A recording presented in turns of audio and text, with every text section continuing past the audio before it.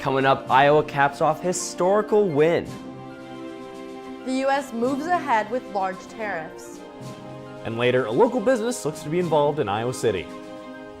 The cold is making a comeback across Iowa City, and I'll tell you how cold it's going to get in the forecast. All that and more coming up right now on DITV.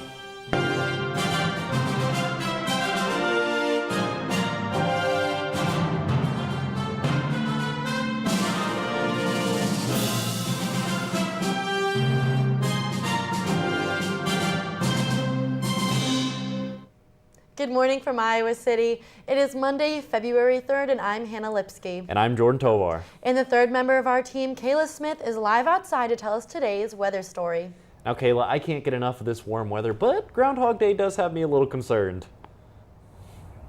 Well, guys, Puxatawny Phil said 6 more weeks of winter, and we are going to be feeling it here in Iowa City. Now, I'm here on the Iowa River, where it is a little bit chilly out today at about 40 degrees, so make sure to grab your jacket on your way out this morning.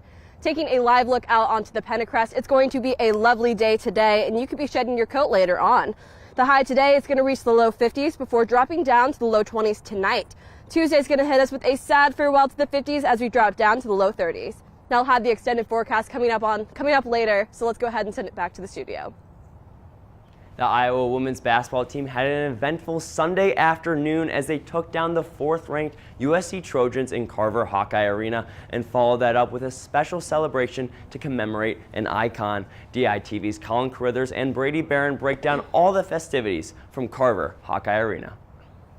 It was Caitlin Clark jersey retirement day, as number 22 will always stay attached to Clark, but the game refocused back as Iowa hosted the number 4 ranked team in the country, the USC Trojans. Iowa had a stellar first quarter where they led 18-4. But in the second quarter, USC turned to the press, which rattled Iowa's momentum, and Wooden Award leader Juju Watkins would start to hit her shots.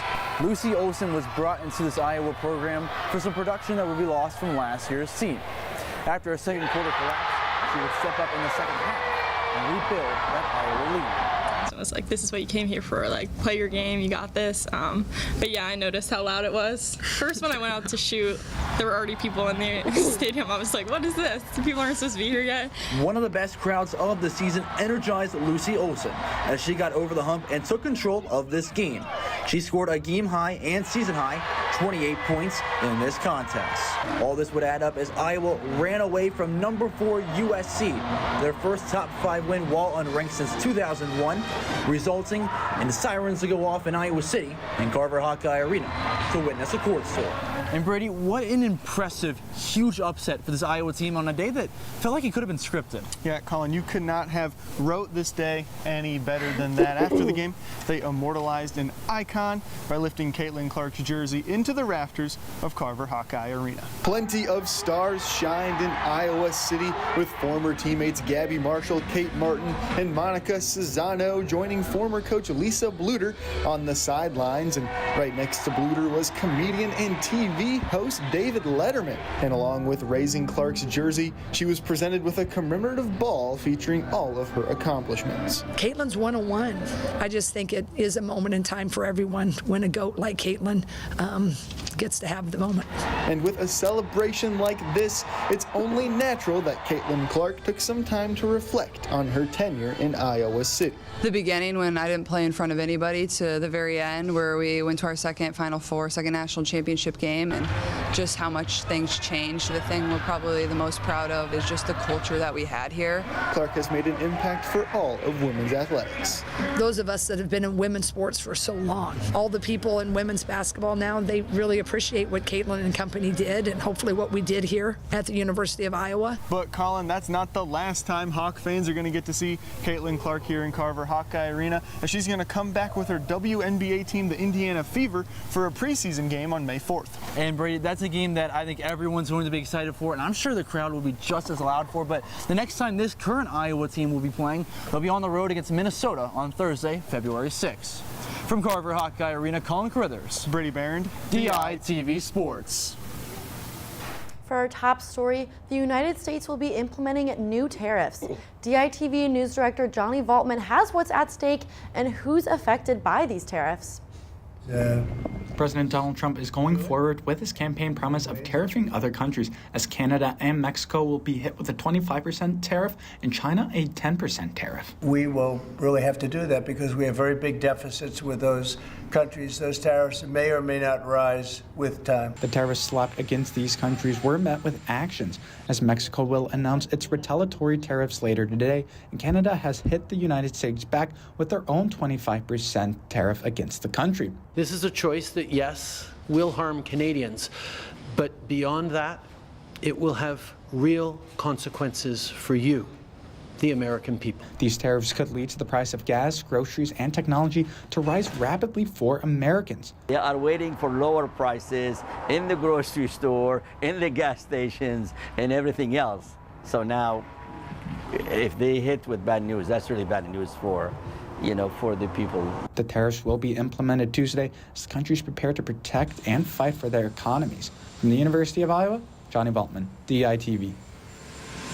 With all the new tariffs coming into place, we're going to send it to Isabel Thayer, who is live in the newsroom, to give us a look at what a tariff actually is. Thanks, guys. With all these new tariffs coming in, it can be pretty confusing on what they really are. By definition, a tariff is a tax placed on goods that are imported into the country. The three main goals of tariffs are to protect domestic industries, generate revenue, and regulate trade. By protecting domestic industries, these tariffs raise the prices of goods and encourage Americans to buy local. By raising the cost of foreign goods, the tariffs generate revenue for the U.S. Treasury. Lastly, tariffs can regulate trade by influencing international trade policies and enforce economic standards. These trades have both positive and negative impacts on us. Some positive results can be protecting local businesses from international competition, creating more jobs, generating income for the government, and discouraging exports. However, tariffs can also lead to higher prices on all foreign goods, slower trading, and can potentially lead to trade wars that will slow down economic growth. These tariffs can be taken away if two different countries sign an agreement or if the president makes an executive action and takes them down. I'll send it back to you guys in the studio. An Iowa representative has unexpectedly passed away at the age of 72. Martin Grabber died of a heart attack Friday morning. Grabber was elected into the Iowa House of Representatives in 2020 and was serving his third term. Grabber also dedicated his time as a Sunday school teacher at the Fort Madison Church. And a former University of Iowa healthcare administrator has been sentenced for identity theft. Matthew Kierans will serve 12 years in prison and may be subjected to other fines in other states for stealing William Woods' identity. For 30 years, Kieran has used Woods' identity, starting a family and working for UIHC. Woods, however, has bounced back, now working a landscaping job in New Mexico. And Hyper Energy Bar, a new addition to downtown Iowa City, hopes to get involved in the community. This location is Hyper's first standalone, which changes the dynamic between customer and employee, allowing more time for interaction. Hyper Iowa City opened November 20th on College Street in the Ped Mall. At other locations, the Energy Bar has sponsored local events and hosted fundraisers for the community's schools. The Iowa City manager has the same plans in the works. Happy to do caterings, to get out into the community and get involved that way. We're also looking into working with, sororities, all those kinds of groups. Being heavily involved in the community and hopes to bring that to Iowa City.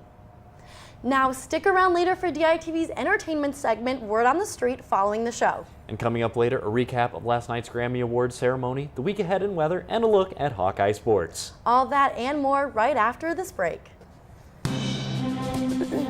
In Iowa City, history is being made every day, and DITV is capturing it all. Politics, sports, and art. Local, state, and nationwide. In front of the camera, behind the scenes, DITV. DITV. DITV. DITV. DITV. DITV Sports. DITV. DITV. Is capturing history.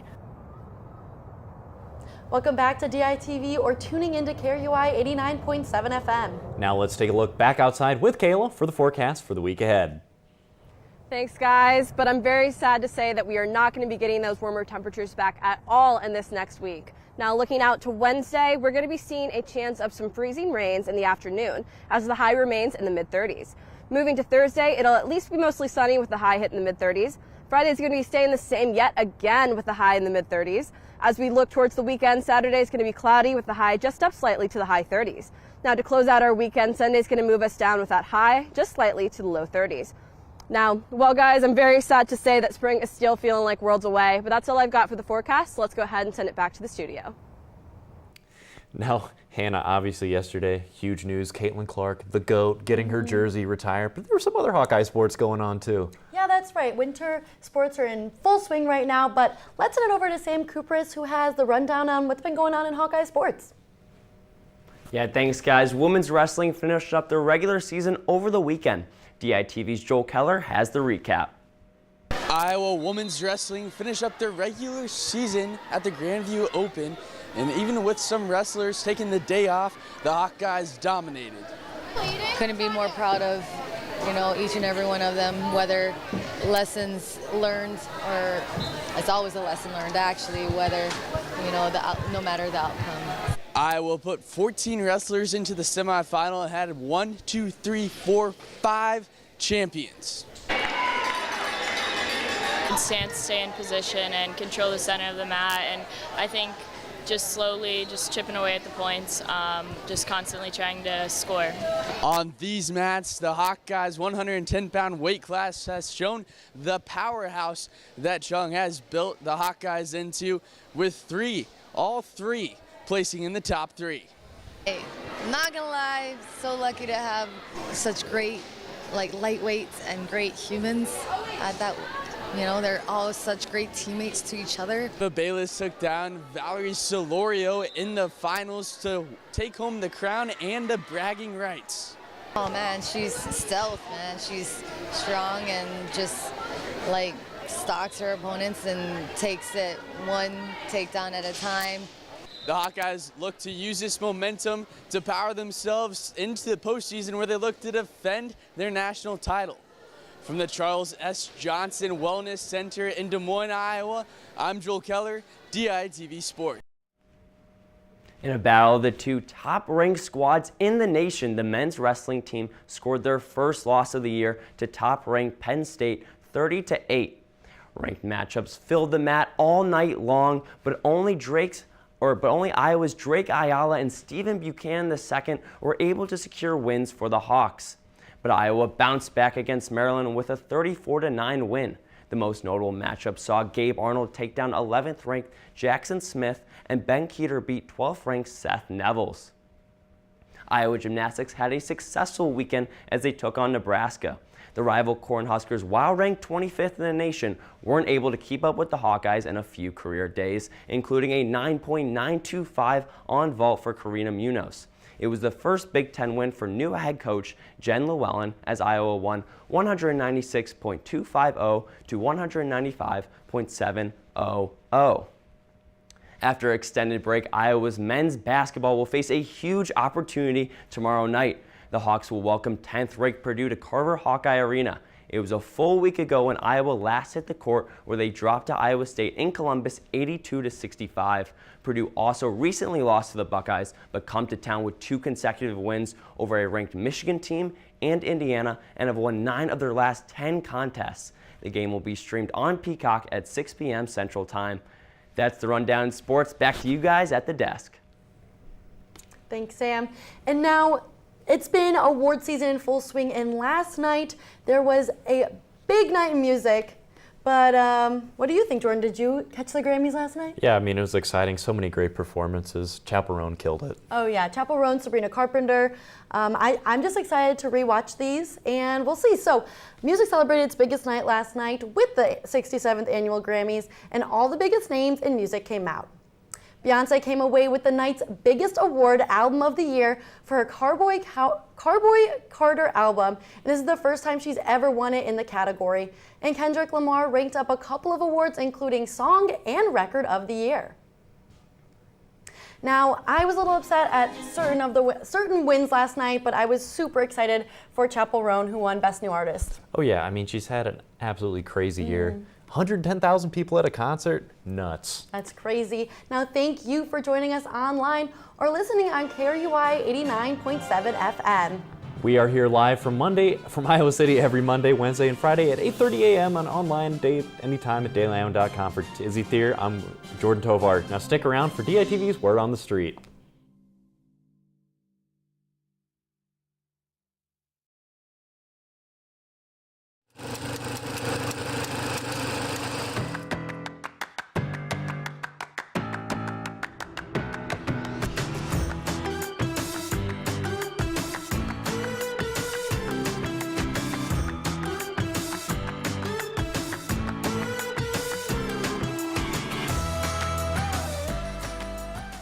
Hello and welcome back to another episode of Word on the Street. We've missed being on your screen and giving you the latest in entertainment and our hot takes. And Hannah, did you have a good winter break? I did. I got to kind of relax and veg out a little bit. I caught up on some old movies that are my comfort ones, and I watched some of the new ones that are, being nominated. Yeah, I did the same thing. I just kind of chilled out. I got to go to New York, which was super fun. Got to be an audience member on the Seth Meyers show. Yeah. I saw Jimmy Fallon. So I had a great break. I can't really complain. But in today's episode, we'll be recapping the Golden Globes and our predictions for the Grammy Awards this weekend. And we'll be giving our take on some Broadway musicals that we got to see over winter break. But for now, sit back, relax, and here's the Word on the Street. Last weekend, Hadestown the musical came to town here in Iowa City. It is a story based off of the Greek tragedy of the love story of Orpheus and Eurydice. Now, these two characters were supposed to fall in love, get married, but before her wedding, Eurydice was bitten by a rattlesnake and passed away. And Hadestown does it a little differently. They mention the rattlesnake, but really the take is Hades comes and just takes her away to the underworld for a better life. So now this show ran on Broadway from April 17th, 2019 and was suspended due to COVID, but resumed September 20th, 2022 and closed on January 4th, 2023. And they've had several touring shows since then, including the one that came to Hampshire, and they've been on Broadway since.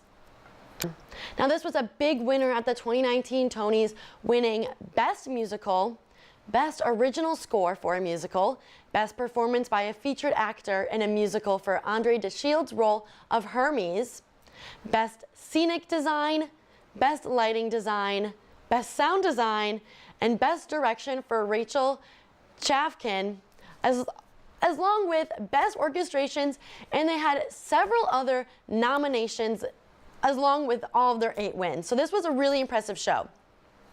Now, my opinions on it. Hadestown was absolutely amazing. It deserved all of the Tonys it won, and it deserves all the praise. This story is almost completely sung through, which isn't common in musicals today. It's becoming a little bit more with like Hamilton, what we see with just completely singing and no dialogue. So sometimes that can be hard for audiences to sit and listen to because it is all music. But honestly, it's some of the best singing I've ever heard in a musical in my entire life. The story is so moving of this true love between these two characters and the lengths that Orpheus goes to try and bring Eurydice back to life. And it does end, of course, the same way the tragedy ends. So it's not much of a spoiler there of them not being able to be with each other and marry and have that true love. But the characters, specifically the touring ones that I saw, were just absolutely captivating. I think the Hermes I saw was just the funniest actor ever. He really played this role with the audience of being the narrator and also being part of the story, and that's kind of Hermes' role with the Greek god legend. But I think that the actor could have done a little bit more, and I don't know if it has to do with his acting or the writing of the show, of being more of this engagement with the audience. He tried a little bit at the beginning with having them sing and just like turning at certain points to be more of like talking to them and teasing things and breaking that fourth wall. But sometimes it felt a little awkward and just out of place. And I just think that they could have done more with that. And you know, I just think the show was truly amazing. The set was so impressive, especially for a traveling show. The entire stage was filled with this huge set that had stairs, and the chorus was a traditional Greek chorus as the ensemble, and kind of stood behind on the set and was just echoing what they were seeing, and it all just fit in so well. And one thing I'd like to mention before I wrap up my review is the fact that the band was on stage. Usually for musicals, we have an orchestra pit, not a part of the show at all, but this had a 4-person band on stage that we could see, plus other people behind the curtain playing. So I was just so in awe of how there was no conductor. The band just had this groove, and they were able just to keep going and pick it up and just be a part of the show. They were audience as well as members at some times when, you know, the actors would start talking to them and gesturing to them. So I think that was a really cool part of just seeing the band on stage and having them be more a part of this, you know, show as well as being part of the audience. So yeah, I really enjoyed it, and it's one of my favorite shows I've ever seen. Definitely a top 5 for me. I'd rank it a 10 out of 10. And now we're gonna move on to what Grace thinks of the show she saw over break. Thanks, Hannah. That's right. Over break, I got to go to New York City, and I saw a new musical on Broadway, The Great Gatsby the Musical, and it was such a good show. I was actually so impressed. It actually won the 2024 Tony for Best Costume Design. It was nominated for 4 Outer Critics Circle Awards, including Outstanding New Broadway Musical. It won for set design. And this set was just so extravagant. This was the most extravagant musical I'd ever seen. They basically built the entire mansion of Jay Gatsby on stage, which was so impressive. There were fireworks on stage, and they even had Gatsby's famous yellow car driving. It was fully functional, drove on stage, life-size, and it had the old-fashioned design to it, which was just so impressive. And the singing and the dancing and the costumes were just absolutely incredible. There was tap dancing numbers in this, and I was so impressed with it. And the actors, Jeremy Jordan was in it. He premiered on Broadway in Newsies back when, and now as the lead role of Jack Kelly, and now he's in The Great Gatsby. He just finished his role as Jay Gatsby in the musical, but he's made appearances in some TV shows and movies, including an episode of Law & Order SVU, which I happened to be watching the other day, and I recognized the name, and I was just so impressed. But he really does shine in Broadway. He was a great singer. The music kind of gave like an opera-y vibe to it, which was so cool. And he did take his final bow, as I said last week, but Sarah Hyland from Modern Family is actually going to be taking the stage as Daisy Buchanan on February 10th, which is really exciting to see. I think would be a great Daisy, so I'm really excited. I would totally recommend this show. The Great Gatsby has never been my favorite storyline, just because I think the characters are very unlikable, especially towards the end, but to see it in real life was just really cool. And Jeremy Jordan was really similar to me, at least to me, as Leonardo DiCaprio in the movie, which was just really cool to see. So 10 out of 10 recommend. Head to New York City, get your tickets, and go enjoy the show. And now on to the next award show, because this is award season, as everyone knows. Yep. We had the Golden Globes, we have the Oscars, we already had the Emmys, and we have the Grammys this weekend. And it's going to be a big year for women in the music industry. Yeah, I was looking at some of the nominations. Females are nominated in the big categories, and I think that they will all go to women in the end. They kind of dominated these categories. It was a big year for the pop girls. Everyone knows their names now, their household names, and especially for some new artists that were popping up. But I don't think we need to go over the nominations because they've been circulating for quite some time, but Grace and I will share our predictions for the winners of the 6 largest categories for the Grammys. For this year's Grammys, I think Album of the Year will go to Tortured Poets Department by Taylor Swift. I don't necessarily think it should win, but I just think it will, knowing her track record and like the popularity that she's gained these past couple years. And I think Song of the Year will go to Birds of a Feather by Billie Eilish, simply because it has 1.78 billion streams right now, which is the most streamed song in the entire world this year. And I think Record of the Year should and will go to Espresso by Sabrina Carpenter. It popped out right in the beginning of the year, right in the perfect time to get nominated, and I just think it was the song on everyone's mind. And you know, Record of the Year is a little bit more than just song, but without going into that, that's what I think. For Best Pop Vocal Album, Hannah and I discussed, and we think that Hit Me Hard and Soft by Billie Eilish will take the win on this. Very good music, very great singing all the way around. And for Best Pop Solo Performance, Sabrina Carpenter has just absolutely dominated this year in the music industry. I've loved seeing her grow. And for Best New Artist, Chappell Roan really came out of nowhere, but she is hitting it hard with the crowds, and just her shows are so engaging, and I think she will definitely take the Best New Artist. Now, these predictions aren't what we think should win, but more likely what we think will win, just based off of what we're seeing, what we've seen from critics, what we're seeing based on nominations. Because some of them, you know, like I said, I love Taylor Swift, but I just think that Album of the Year should go to someone else, just simply because I don't think it encapsulated our year, but that's just me. Yeah, I think she's bound to win one category at least, because it's Taylor Swift and she's awesome.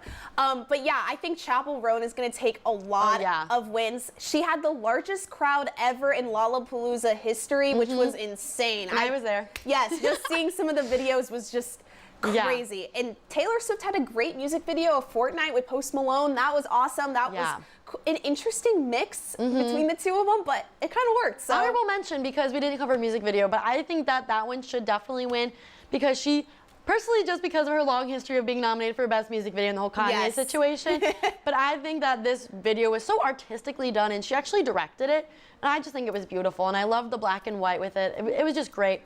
Another one that I think could or should win would be Ariana Grande's for We Can't Be Friends. It was beautiful, and it really encapsulated her acting, which a lot of people didn't know. So watch the rest of this episode, including a preview into the Super Bowl halftime performance, on DITV's YouTube.